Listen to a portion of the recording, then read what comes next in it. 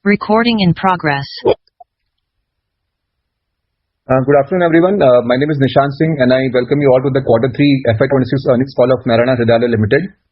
To discuss our performance and address all your queries today, we also have with us Mr. Bhinder, our Vice Chairman, Dr. Emmanuel Rupert, our CEO and MD, Mrs. Sandhya Jayaraman, our Group CFO, Mr. Venkatesh, our Group COO, Dr. Anish Shetty, MD of our Overseas Businesses, Mr. Ravi Vishwanath, CEO of NHIC, and Mr. Vivek Agarwal, Senior Manager in the IR function. Before we proceed with this call, we would like to remind everyone that the call is being recorded and the transcript of the same shall be made available on our website as well as on the stock exchange at a later date. We would also like to remind you that everything that is being said on this call that reflects any outlook for the future or which can be construed as a forward-looking statement must be viewed in conjunction with the uncertainties and the risks that they face. As a special request for this time, as we now have multiple business streams across the globe, we suggest we spend first 30 minutes Q&A on India and the rest 30 minutes on the UK and Cayman piece. With that now, we would like to start the Q&A. I would request everyone to now use the raise hand feature to start posing their questions. Yes, please go ahead. Hi, congrats for a good set of numbers. Let me start with India first because, you mentioned that this is the second consecutive quarter where we have seen a very high profit growth for India business. I mean, looks like finally we're benefiting from the initiatives that we have been taking over the last few years.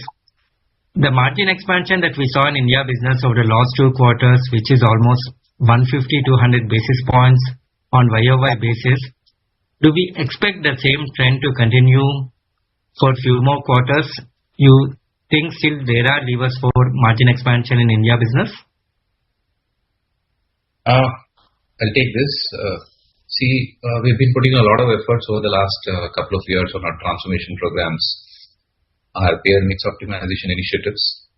So the effect of our transformation program has seen results now where patients opting for higher bed configuration, of course, keeping our volumes and occupancy intact. Also, there's a lot of technology infusions and increased volume of robotic cardiac surgeries and other procedures. The realizations have increased substantially, resulting in higher revenue and better margin. And as I said, payer mix optimization initiatives consistently helping in building up on the margin and increase in realization. Though we can't have a specific indication or guidance, but our efforts will always be to maintain these margins we realized in the last couple of quarters, except for unknown short-term impacts. Got it. Yeah. A follow-up on this, the losses that the company has been making on insurance and clinics had been coming down in the last few quarters. So when shall we expect break-even for this particular business segment? I'll ask Ravi to answer and then I'll follow up at the end. Yeah. We are still in building stage in these businesses, Prithvi. So right now our focus is on making sure that we are attracting customers and taking care of them and building out the various propositions for them. So that's our focus right now. I think it's a little bit early for us to talk about break-even on this, but I'll request Viren to add any further comments. Yeah. We are balancing out the scope of expansion of our clinic program across the country and merging it into NHL, so we're better able to manage the synergies and costs between 2 entities. So the diluted impact should minimize over the coming quarters. Having said that, this is a business that still we want to invest in and build out across all our core geographies. So there will be some amount of margin dilution going forward. We will call it out in the investor decks and you'll get a sense of how much we are spending on this. But too early at this point to tell when the break-even will be achieved. Fine. So it looks like, at least we are behind the peak losses. Okay. I have a couple of questions on Cayman and UK, but, I'll join back in the queue. Thanks. Just to repeat, first 30 minutes will be for India questions. Those with India questions, please raise hand. All right, until the questions get populated, Prithvi, you want to move on to Cayman? Yeah, we have Rajat with his questions. Okay. Yeah, Rajat, can we have your question, please? Yeah. Just a small request. And if it's possible to present the financials of each of the three entities in a pro forma way, the way you file your financials with the exchange, and you can have, they could be unreviewed or unaltered as well. Will that be possible going forward?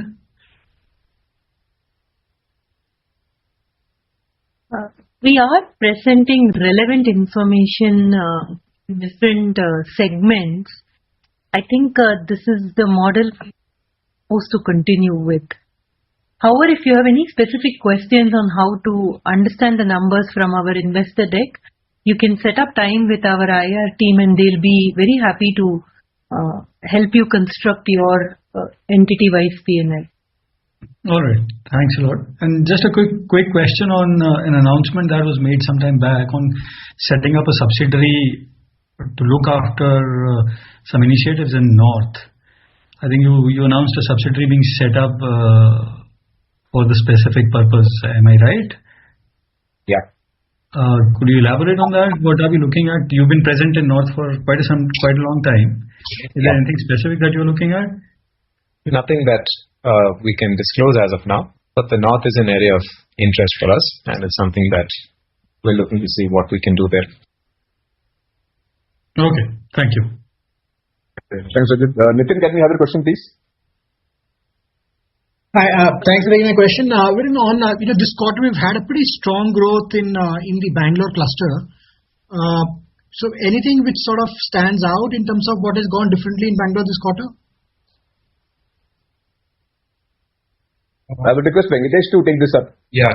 So I have already mentioned in the previous question about how the transformation has given the results for us in mainly our flagships, where higher realizations have come out from the higher level of beds. Of course, and that again repeating the payer mix optimization, which has consistently helped our flagships and including Bangalore cluster to work constantly on increasing realization. Plus, the most important thing is the high-end robotic work aided with technology across all the specialties, including cardiac surgeries, which have really improved our margins and also on the volumes. So, plus a lot of emphasis have been put in around Bangalore, urban, rural, and also in the northern parts of Karnataka to have more footfalls coming in from domestic. As we've specifically mentioned, our whole emphasis going forward will be to consolidate on the domestic volumes and revenues, and that's exactly what we've been doing over the last 6 quarters. And all these together have improved our volumes, margins, realizations, and revenues in this quarter if you compare on a year-on-year basis for the Bangalore cluster. And Venkatesh, does it become a template for the other clusters, or this is more of a Bangalore phenomena that we've seen? Some of these initiatives you're talking about. So this is the same template we're going to follow for all our clusters, including the Eastern cluster. They are also following suit in terms of how the margins and the realizations are working, because these are the two major clusters where our flagships are there. And we will continue to work towards the same type of objective in the North cluster as well. There is a little bit of a gap which we have to cover up there, but with the way things are set up for the North, this is going to be the template for all our regions going forward. And on that point, on the northern cluster, there has been a little bit of, again, it's sort of quite contra to way Bangalore played out. Anything that you want to call out on what what sort of kept the growth a little soft on the northern cluster this quarter? Yeah, we have been a bit cognizant on the receivable problems in some of the scheme payers, and also on the capping on reimbursement of certain drugs, which has actually resulted in a conscious call in controlling volumes on the schemes. Plus, a little bit, constant efforts towards optimizing the payer mix has resulted in volume reduction in schemes. We are yet to catch up on the preferred payer, but of course, the volumes will catch up soon. But having said that, this optimization actually has led to an increased realization and revenue in spite of slight dip in volumes. Plus, increased competition from newer hospitals in the region around North has also contributed to a bit of a shortfall. But we are confident of overcoming this because it's going to be short-term measure. Confident of overcoming this through our active marketing and operation strategies over the short period of time, because it's just time bound, and I don't think this problem will persist beyond a quarter or a couple of quarters. Okay, thank you so much.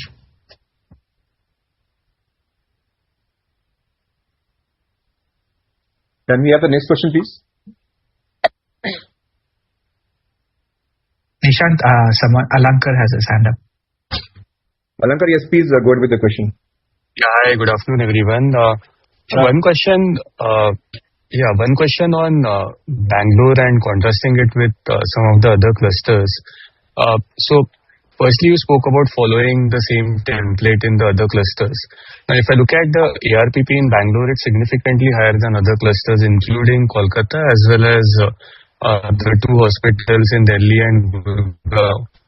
I just wanted to understand, even once you try and bridge that gap and follow the same template in, say, Kolkata, the East cluster, as well as Delhi, NCR, structurally, is there anything different which is happening in Bangalore on case mix or payer mix, which is likely to keep the realizations in Bangalore significantly higher than these two other clusters going ahead, assuming those changes which you mentioned are incorporated over the next few years in these other clusters?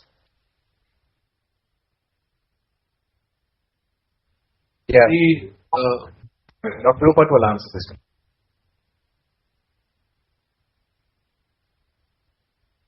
For higher Bangalore compared to the Kolkata cluster. So you are going to see these kinds of numbers, especially in robotic cardiac surgery, bone marrow transplants. All these are very large numbers here. In the last quarter, and in fact, past few quarters, we have done the largest robotic cardiac surgery in the country, largely from our Bangalore unit. Similarly, we continue to do the largest volumes in terms of bone marrow transplant, in terms of several advanced procedures. So that comes in at a higher.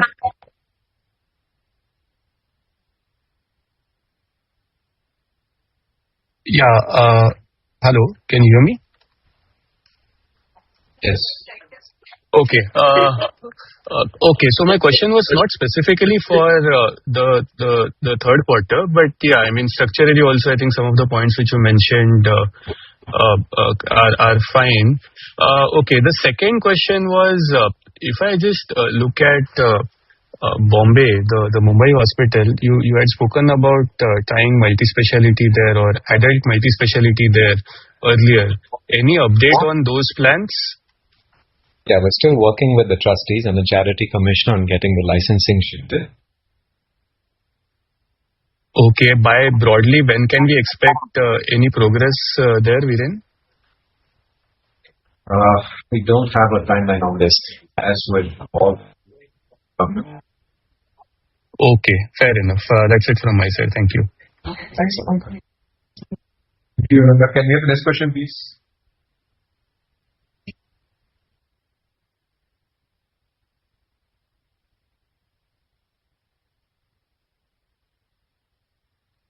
You said there is a question. Yeah, there was a chat question, which is, does the OP consultation doctor revenue count as part of the overall OPD revenue? Do we track it? The good question is, we track it internally, but OP consultations are a very small part of the overall OPD revenue. And all of that payout goes towards the doctor.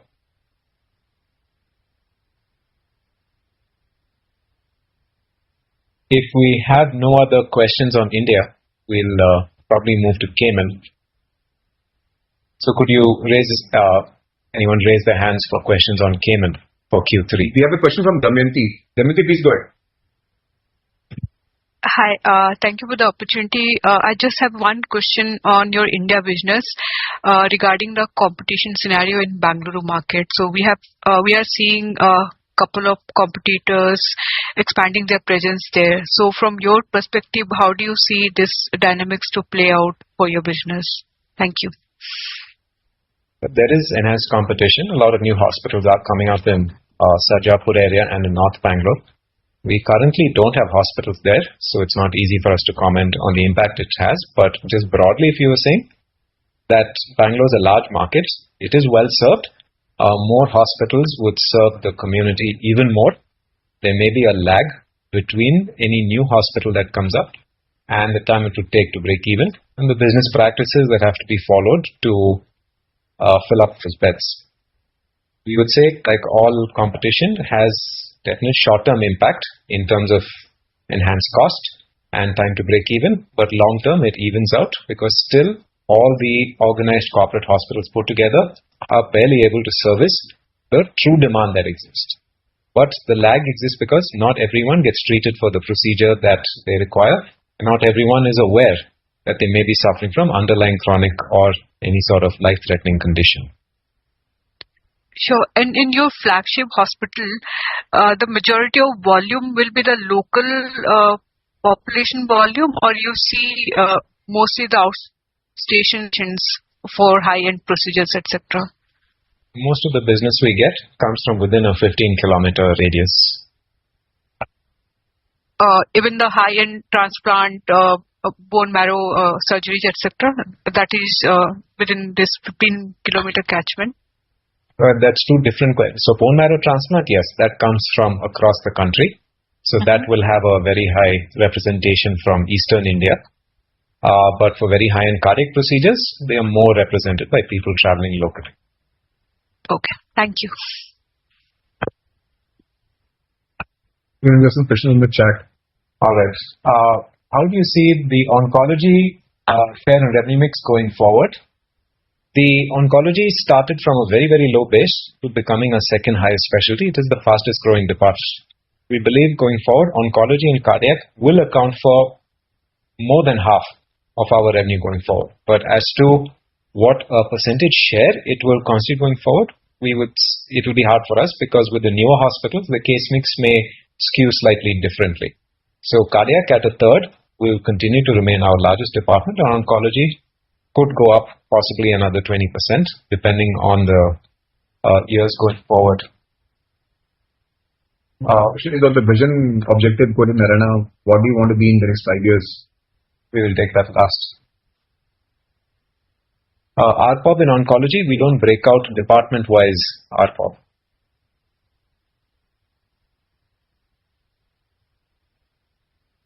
Yeah, Vinay, do you have any questions India-specific?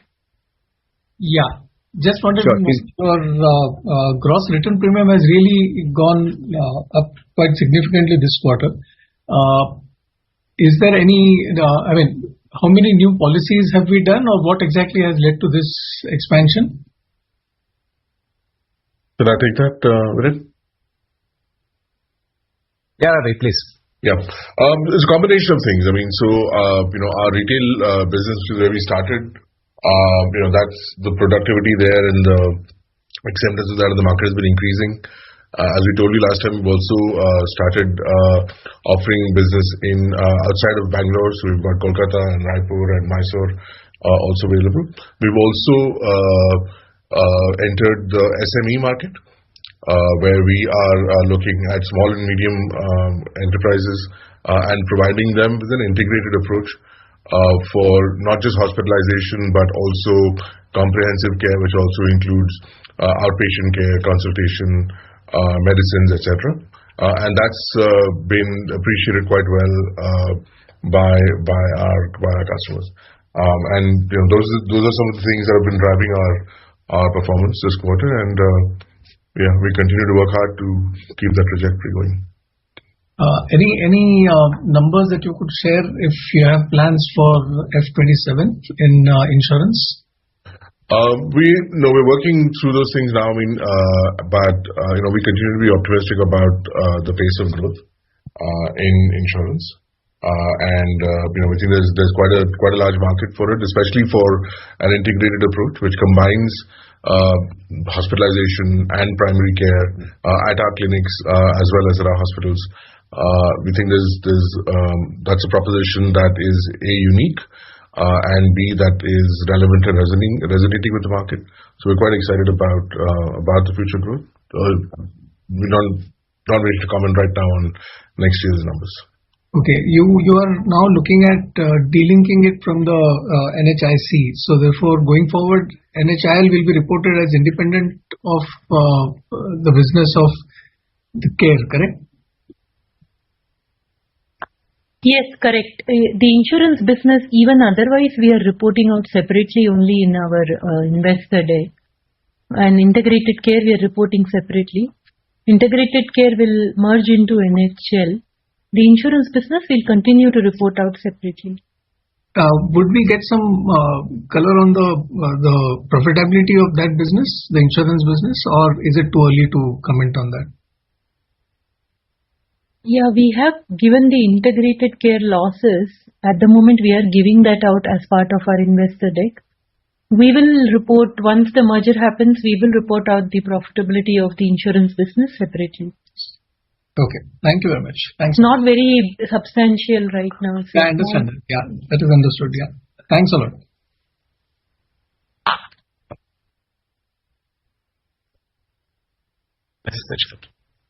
Okay, while we wait for hands to populate for the India questions, any plans of diluting stakes to offset debt?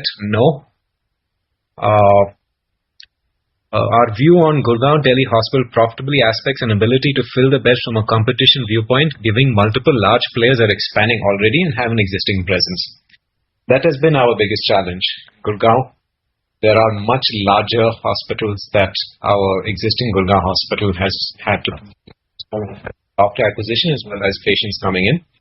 It's been quite challenging for us, as no doubt all of you have been aware. We have done a lot of things to improve profitability. We've done a lot of cost optimization, and we run a lot of efficiencies within the overall network to make the hospital break even and run in a sustainable manner that delivers very high quality of clinical care. Its path going forward could not get more challenging if more hospitals come in. It would continue on its current path. But yes, this is something that is a challenge faced even by the largest hospital in Gurgaon, which is every incremental bed does have a short-term dilutive impact. But over the long enough time frame, there is still sufficient demand to fill up these beds.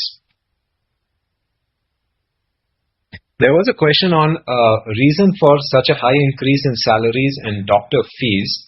I'm guessing the person who brought this question up would have been looking at the consolidated numbers, which adds the UK to that. But from an India mix, we've actually improved the doctor cost as a percentage of the overall payouts. The question on sharing occupancy rate for the current quarter, this is a number we have moved away from. We are not in the hotel business, and occupancy matters less to us as the overall patient volumes that come in. Are there any other? One more on the insurance. Just wanted to know whether we operate only in Bangalore and Mysore markets for the insurance segment. Which other markets do we look to tap for insurance segment? I've expanded to Calcutta, and we will be slowly expanding to Raipur as well. Over time, we want to operate our insurance plan in all the markets where we have a significant physical presence.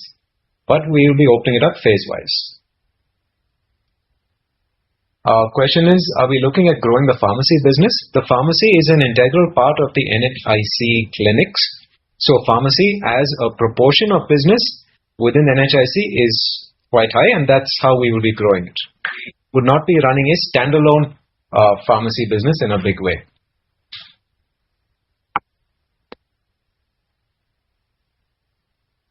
I think we should come back on the online questions. Prithvi, can we please have a question? Yeah, thanks. Before getting into Cayman, I just have one question on India business.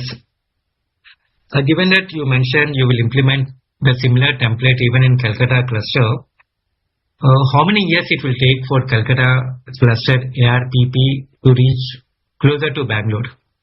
Just to get a sense, how many years it will take for you to implement all these measures? Yeah, Prithvi, I can answer that very quickly. The hospitals in Calcutta, given the payer mix and sort of patient per doctor, will always be at a discount to the Bangalore hospitals. I understand there will be a discount, but I'm just trying to understand the extent of discount, because the way the Bangalore ARPP has risen in the last few years, do we expect similar trend to happen even in Calcutta? Not in the near term. The Rajasthan Hospital, which we are planning as a flagship health city, built along the same lines as the health city in Bangalore, with modern construction and the best equipment and getting very good infrastructure, should serve to fill up that gap a little bit, but it will still be diluted a lot by the impact of our older hospitals there. Understood. Bhinder, just one final question on India business.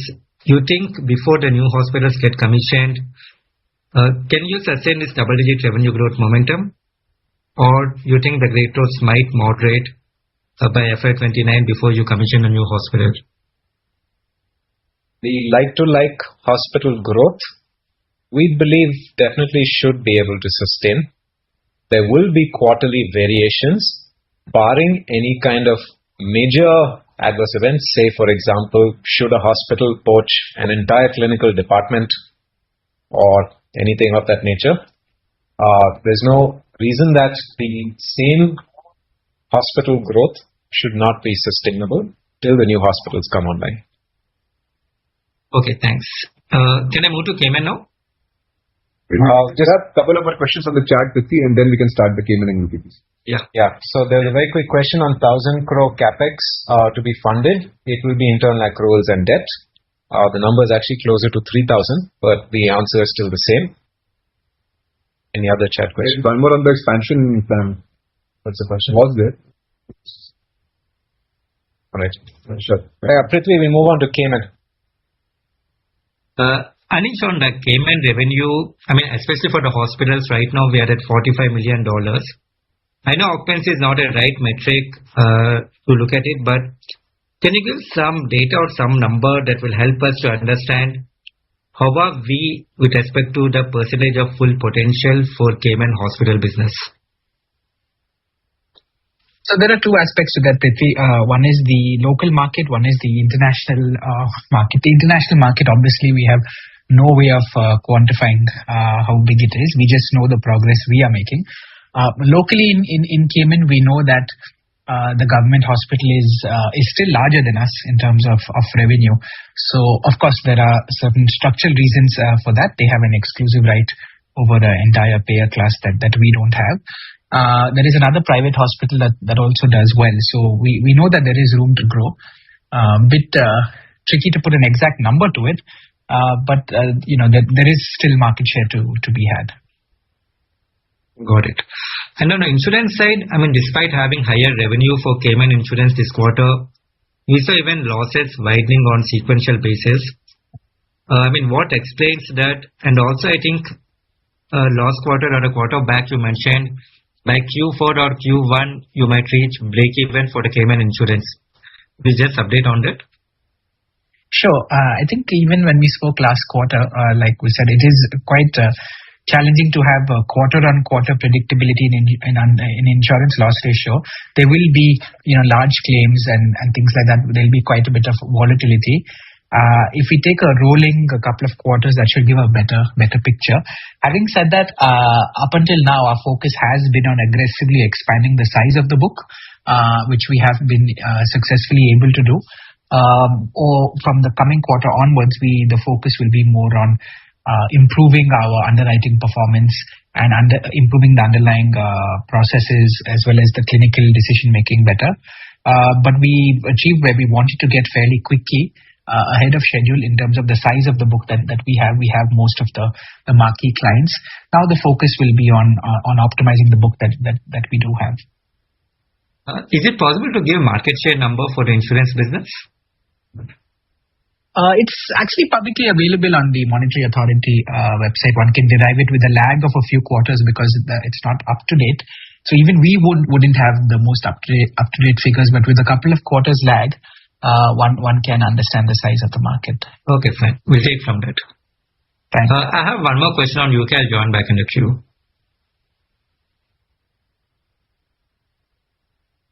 Any other questions on Cayman?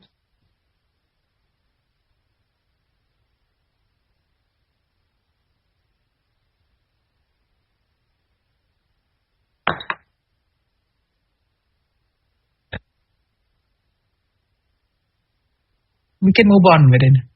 Okay, so there was a question on, this is more group level. There's some previous question in the chat. Are there targets for net debt to equity? Just Nishant. Yes, so we track the ratio of net debt to EBITDA on the consolidated basis, and our endeavor is to maintain that number below 2.5. Another point that came up is I mentioned poaching of entire departments. This is anecdotal. It has not happened to us. There are doctors who leave for various reasons, such as relocating to cities where they would like to move to be with their families. I was just using this to illustrate. But our doctor attrition at the senior level is high single digits. It's quite low.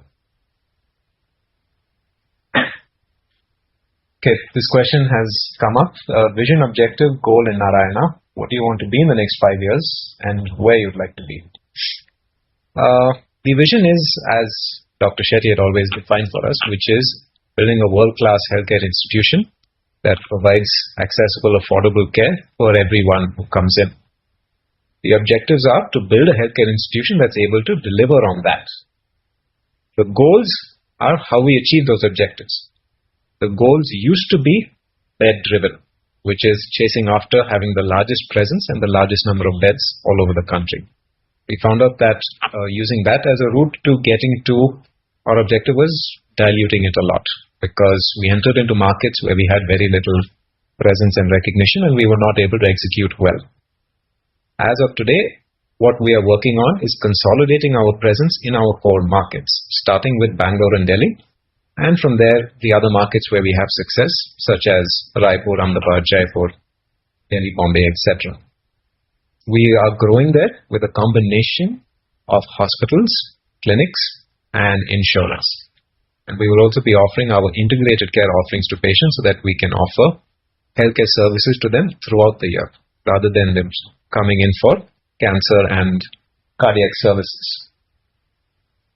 What we would like to be in 5 years in our core markets is a significant operator with a presence so that wherever you are in, at least in Bangalore or Calcutta, you're never more than 25 minutes away from an NH center, be it a hospital or a clinic. With those points of presence, we would then work towards earning the trust of our patients and increasing our market share in total overall health spent, which is money spent in clinics, pharmacy, procedure level, and health insurance. The steps we will take to do it will be the combination of all the offerings that we have invested in. Damayanti has a question. Yeah, please. Damayanti, please go ahead. Hi, I have a question on the UK operation. Shall I go ahead? Yes, please. Okay. So, we have some data available in the presentation for the UK operations. And when we look at the profitability, that obviously is significantly below your India operation or Cayman operations. And we understand the market is different there. But from your perspective or strategies, what are the key points which you will focus on to improve margins from here on, and reducing the gap between what UK operation has in terms of margins versus the consolidated numbers? Yeah. Yeah, thanks, Damayanti. So, as you identified in the beginning, every market will have its potential. We don't think that the profitability of the operations in the UK will ever reach where we are in Cayman, because they're very different markets, very different risk profile. Secondly, in terms of what are we going to do? So it's been about a little over a few months since we acquired the company, and there are quite a few opportunities to implement essentially our entire technology platform and what we've done with Cayman from India, which is a lot of operational process level efficiencies related to both clinical and non-clinical functions, as well as the company has a very, very small revenue composition from non-NHS sources, that is private insurance and self-pay. Those tend to yield higher realizations on a like-to-like basis compared to NHS. There are some initiatives related to growing that market share, the private market share. Those will also help meaningfully contribute to the margins along with revenue growth. But in a summary, the broad idea would be a much larger scaled version of what we've been able to do in Cayman, which is essentially implement our technology platform and other operational efficiencies, but at a larger scale. Yeah. Sure. And these measures will take, say, how much time before we start seeing some notable changes happening in the UK numbers? You do have avenues, but in general, shall we assume 2 to 3 years or even higher timeline to see these initiative to bring fruits? Yeah, I don't think we'll have to wait 2 to 3 years to start seeing results, but obviously to get the entire, to do a lot of what we can do will take, some time, but we should start seeing early results trickle in. No guidance on exactly how long that will take, but I don't think we'll be waiting 2 to 3 years to see benefits start flowing in. Okay, and my last question is, in these UK setup, it's all local teams, right? In terms of doctors as well as non-medical teams, it's the local. Yeah, absolutely. Yeah. Okay. Yes. Okay. Thank you. Yes, Vinay, please go ahead. Yeah, just wanted to check out on your, you have been mentioning this Birmingham unit of the UK operations. How big is it and how long will it take to come out of the losses there? How long will it take to get completed and completely operational? Sure. So the hospital is operational, but recently so. In terms of, it is a hospital that the erstwhile owners had acquired from another health system as part of a divestment. So it has been a hospital for decades, but it was largely neglected for a long time. So under our ownership, under Practice Plus ownership, it's been about a year and a half, and NH for the past few months. So the hospital is fully operational. To your question about how long it will take to come out of our losses, we've always hoped that such an operation would take about 4 quarters or 1 year. It's been half that time. We will continue to monitor it. There are some positive changes on the ground, but it is still a new market for us and a new asset for the company that we are still getting our hands around. In size, is it bigger than the average PPG hospital? No. All the hospitals are more or less the same in terms of templates. There are minor variations here and there, but in terms of number of square feet or number of operation theaters or beds, etc., there very little variation between them. Yeah. Okay. And lastly, would you be required to put in some money on capex in Birmingham, or is that all done already? No, that's done. There are some minor equipment that will be coming online in the next few weeks, but the bulk of the investment was done before. Nothing major. There are some sterilization units, etc., but nothing that was left for us. Okay. Just one last question on the total. It is net 183 million GBP, right? How much of it is equity and how much of it debt? You may have mentioned that in the past. Maybe if you can just let us repeat it. I'll take this.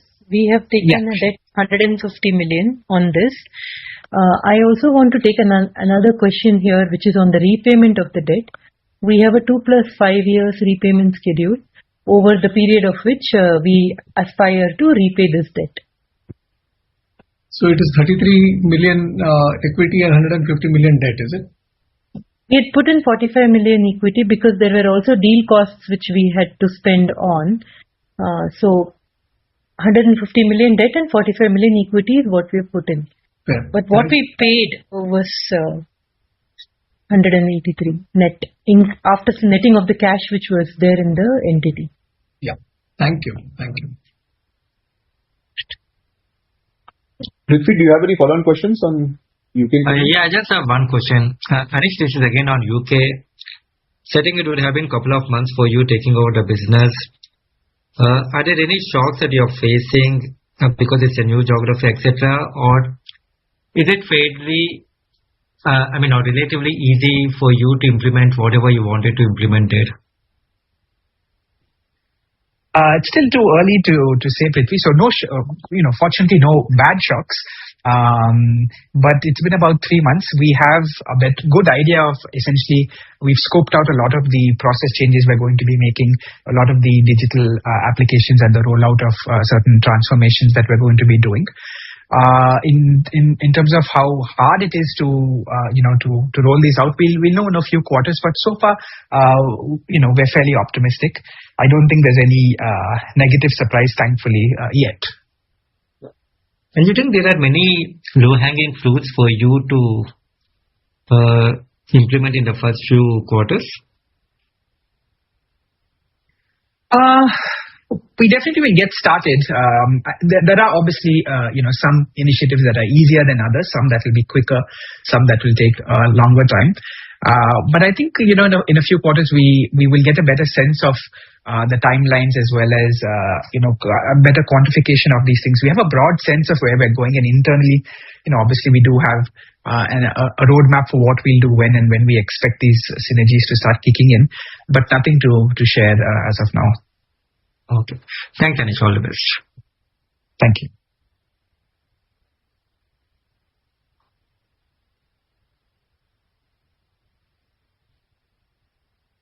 Yeah, Vinay, I think you have your hand up. Yeah, just one more question on UK. You mentioned about there being a 4 to 6 weeks waiting time for surgeries in UK. Was that because of operational constraints, or is that just the sheer number of people and the capacity to occupy them? Is there a chance of reducing this backlog? Vinay, when you say 4 to 6 weeks, I assume, are you referring to our waiting time within our hospital or in the NHS? I'm looking at your deck that you had circulated in November, where it says latent demand 4 to 6 weeks waiting time for surgeries.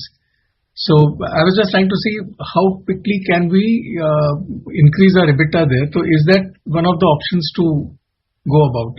Is it a problem or is it a opportunity? Sure. I'll try and answer that question because I'm not very sure. I'll look back at the slide you're referring to later. Sorry, Anish, that was the background information. 4 to 6 weeks is NHS waiting list. Yes. Yeah, so that's much larger. So it's not 4 to 6. It's actually, the national waiting time for, depending on which elective procedures, more than 18 weeks to 20 weeks. And there are some that are quicker. But essentially the concept that we shared was that there is a waiting time for elective surgeries which is more than ideal in the public health system. That's the opportunity that exists for all private operators. So the motivation for patients to pay out of pocket rather than get good healthcare free is the waiting time and the quicker access in the private sector.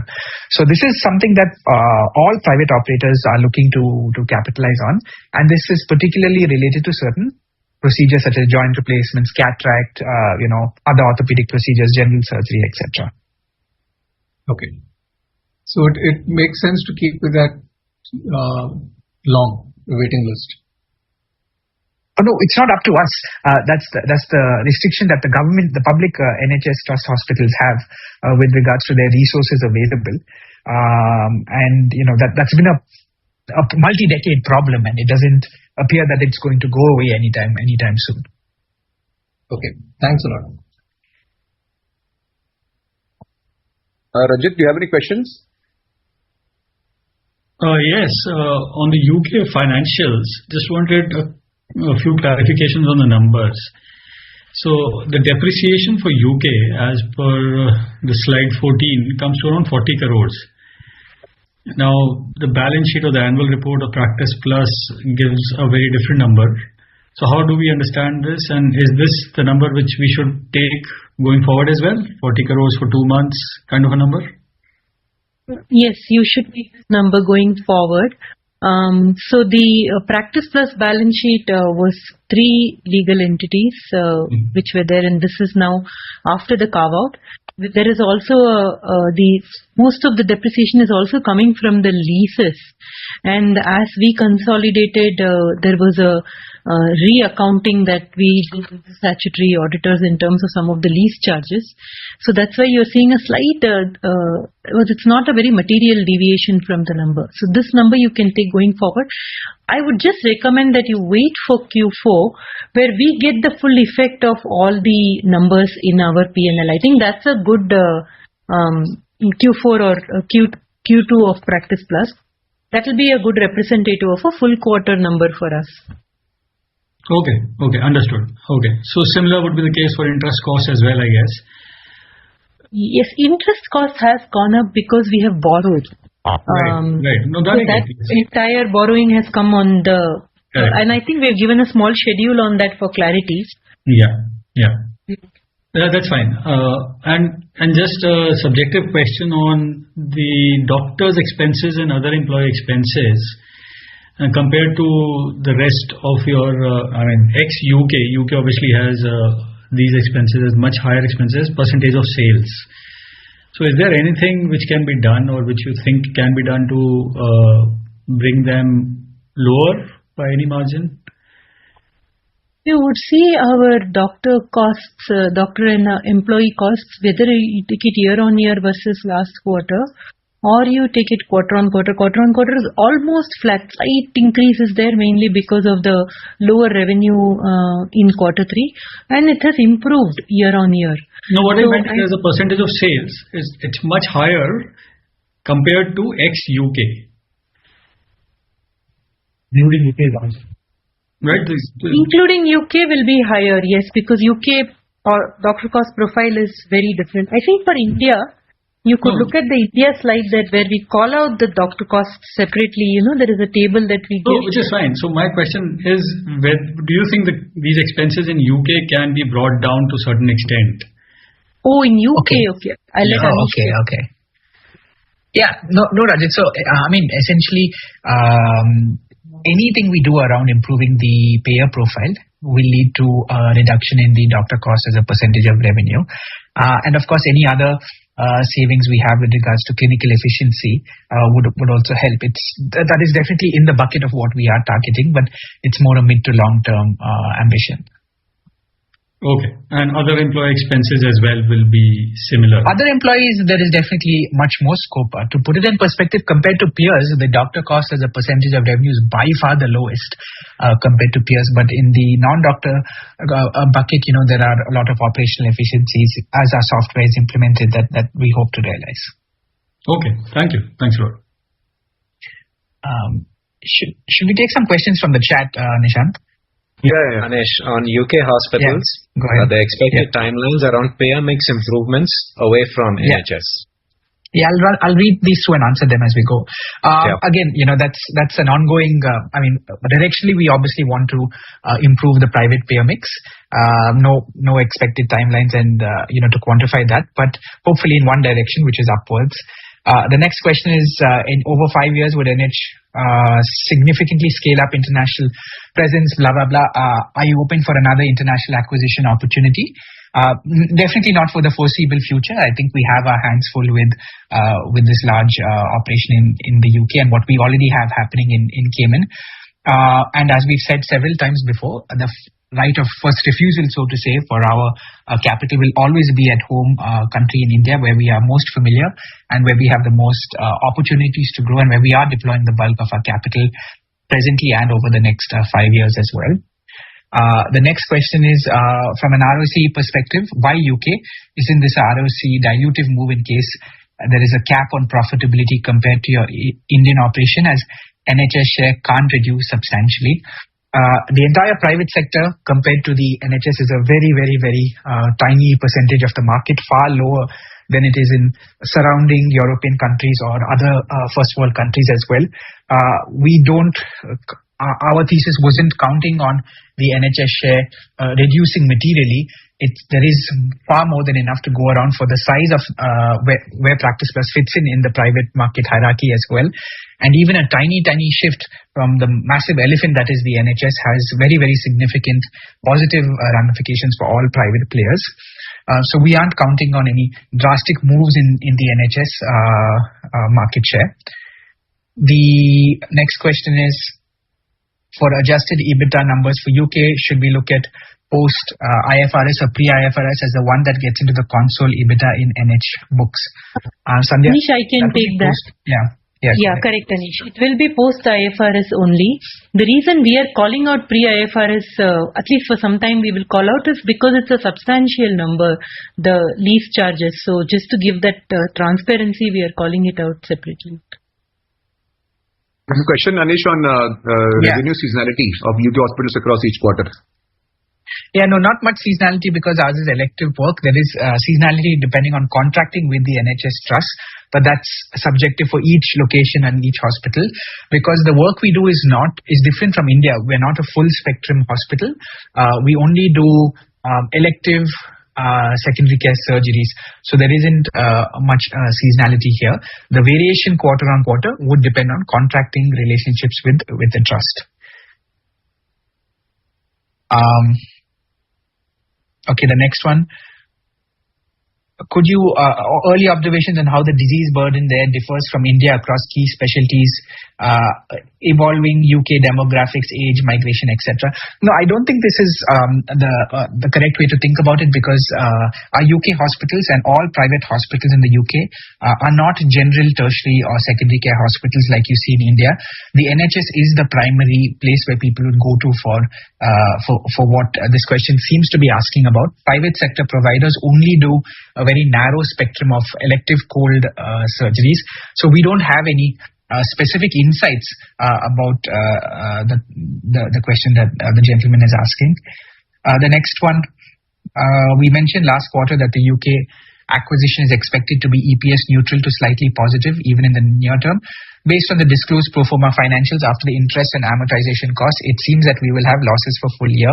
There are elements of one-timers, but Sandhya, you want to take that question?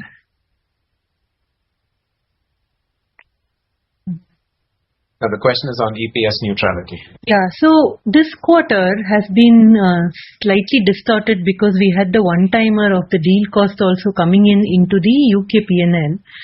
We do expect that the PAT will be flat or mildly positive, like we had indicated earlier. So therefore, we do continue to hold our position that this acquisition will be EPS neutral for the group. Because we're just 2 months into the business, we are still getting our hands around it, and you have to give us some time to be able to give a more confirmed view on this.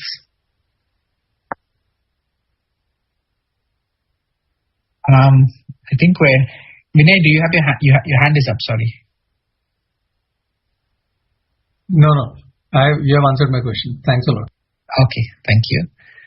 So the other question from the chat on the direction of the doctor-related costs over the next couple of years. Dr. Rupert, if you could just address.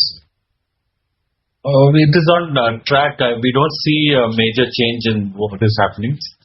And even with the new hospitals, I think there will be some minor fluctuations here and there, but we have it well covered as far as that is concerned. Your question is, what is the core competency of NH compared to its peers? I think that we do a lot of work on improving the in-hospital efficiencies, both by using operational expertise, by doing streamlining, cost cutting, and using digitization to be able to provide a like-for-like experience and world-class levels of clinical service at a price that few institutions can match without compromising on the clinical quality.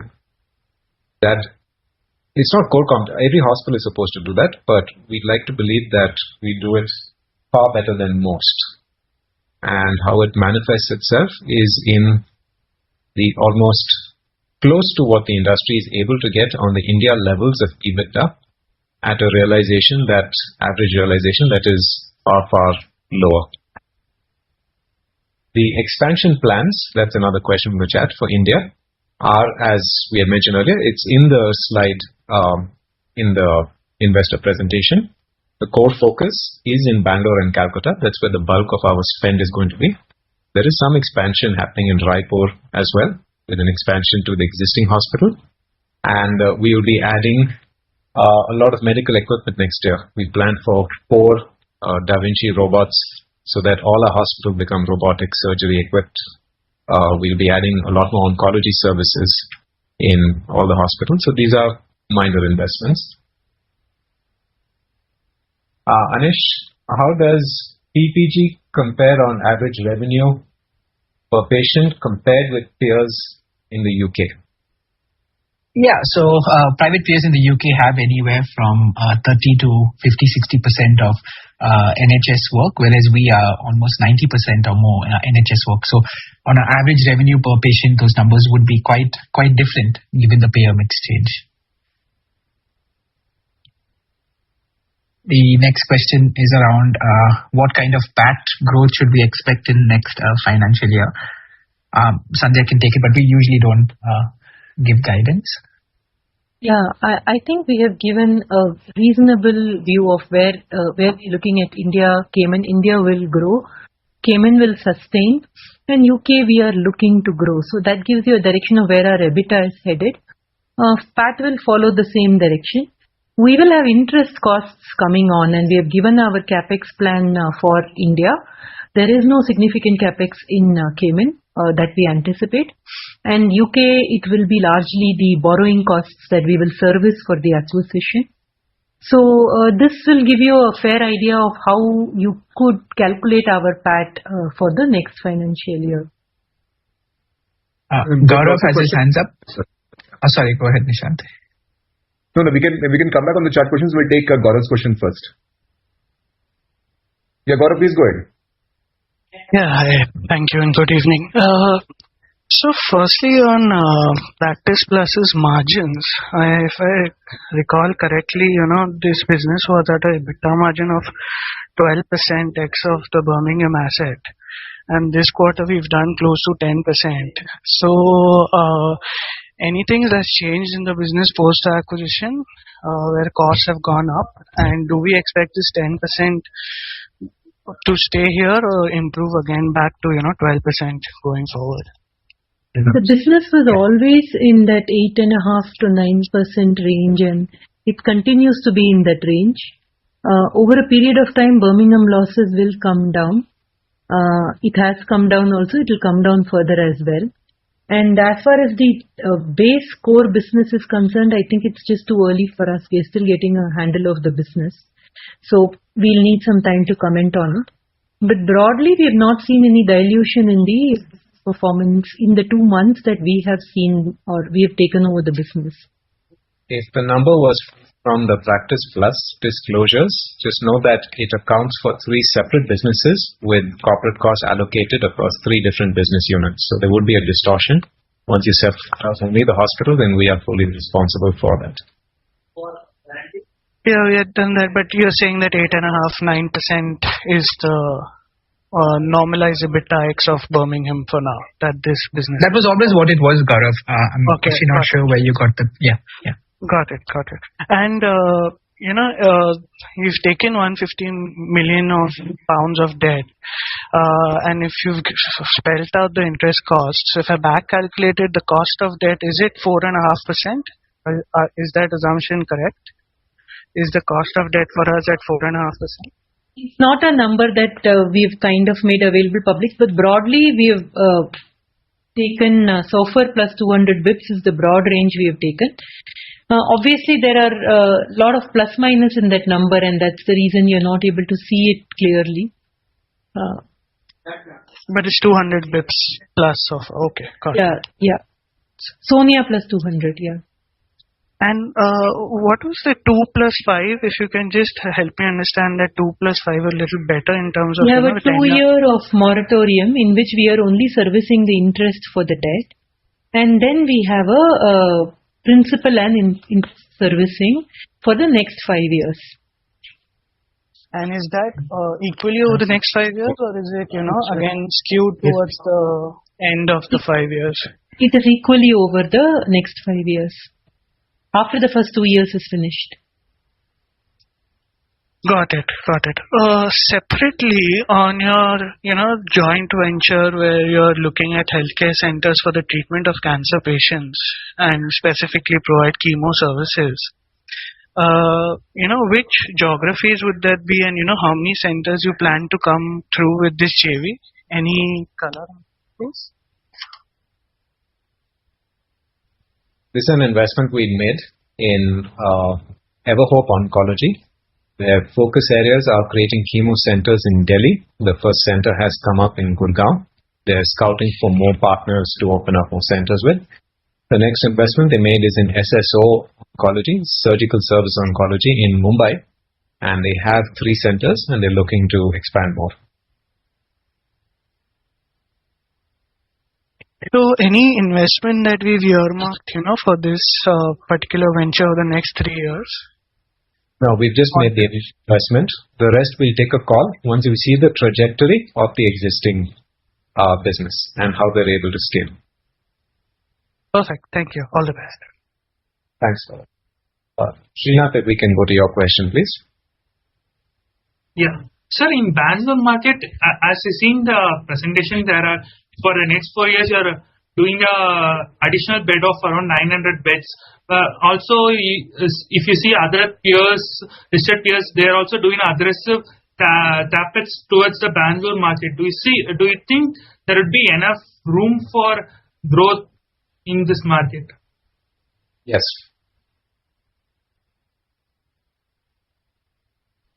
Any color on that, sir? There is room for growth in these markets.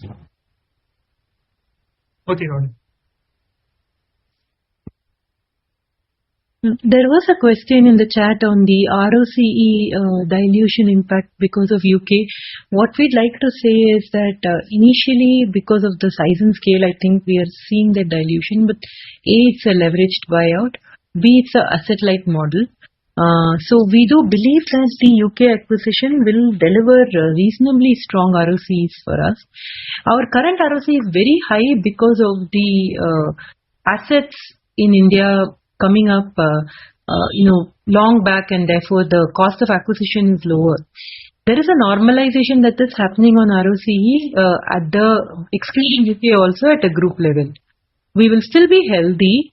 We won't be at that very high levels we were till last year, and UK will, in the medium term, not be dilutive to the group ROCE. There was a question on the expansion plans for Cayman and UK.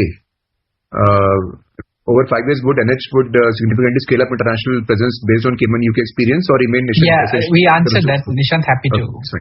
Sorry. Do we need? Yeah. No, we have our hands full right now.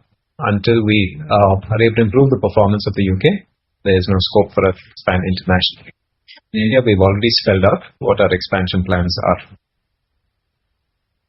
The question is, when you look at the payer profile, our government schemes are the highest in the industry. This has always been the case for NH. We cater to the mass market, and the government payers are a very large portion of that. We try to balance out our commitments to society and maintaining a healthy mix of different patient base against our cash flow requirements. So the government numbers will be reflective of that. Question is, are there plans to raise equity capital? Not right now. We don't see a need for it. Anish, there's a question on sourcing elective treatment from the NHS board. Would you be able to answer that? Yeah.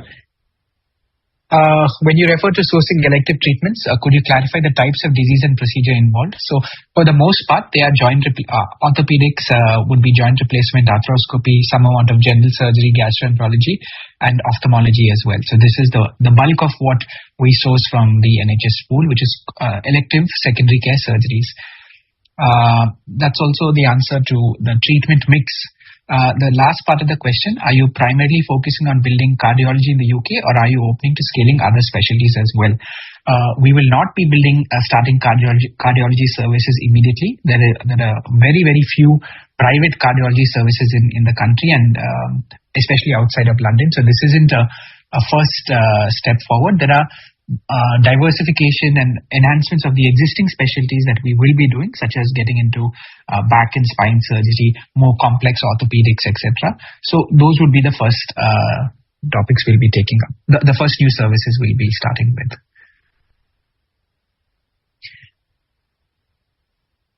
Sandhya, I think the next question is why does NH come out with its results towards the end of the period? Is there any particular reason?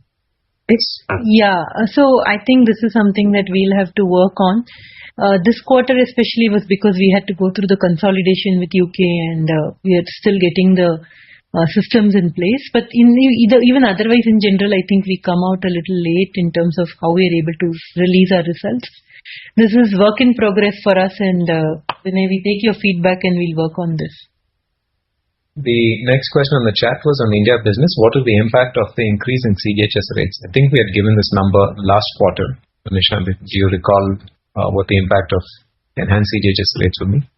It was a non-material amount for us given our limited presence in Delhi and that we have limited exposure to CGHS, but the exact number we can come back to you on later. All right. If there are no other questions. There was just one small clarification I wanted to give. I'm not sure who it was. You had pointed out this 12% versus 8.5 to 9%. I think one small thing is we were tracking the pre-IFRS number, which is 8.5 to 9. You're right. Post-IFRS is 12%. So that you've seen a slight moderation in Q3 because Q3 is also like a partial quarter for us, and we are still getting complete handle of how the numbers are rolling up. We do aspire to be at that 8.5 to 9% pre-IFRS. Next time onwards, we will start giving the same ambition post-IFRS. I think that will clear the confusion which got created in that answer. Sure, thank you. There are no raise of hands, so with this we'll like to conclude the session, and thank you everyone for the active participation as usual. Thank you.